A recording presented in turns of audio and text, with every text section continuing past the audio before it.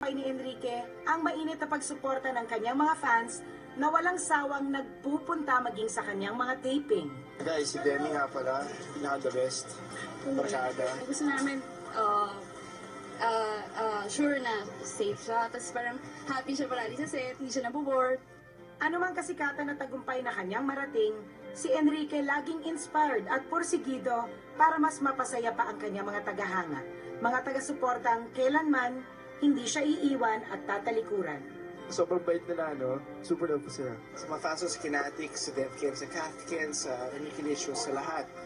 Maraming salamat. I always love you guys. Sana huwag po kayong masasawa. Salamat. Love you!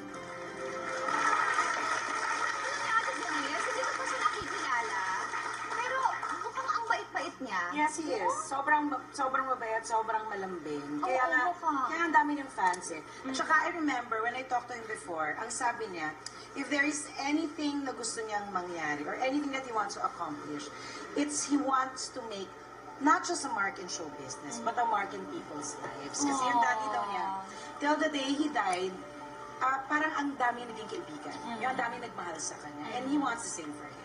At kamukha niya yung daddy niya, no? Ang cute, blonde Kasama hair. ko yan sa diet. Oo. First time lang namin nag-usap, lahat niya. Oo? Oo. Kaya sabi ko, ay, ano to, panalo tong batang to. And congratulations.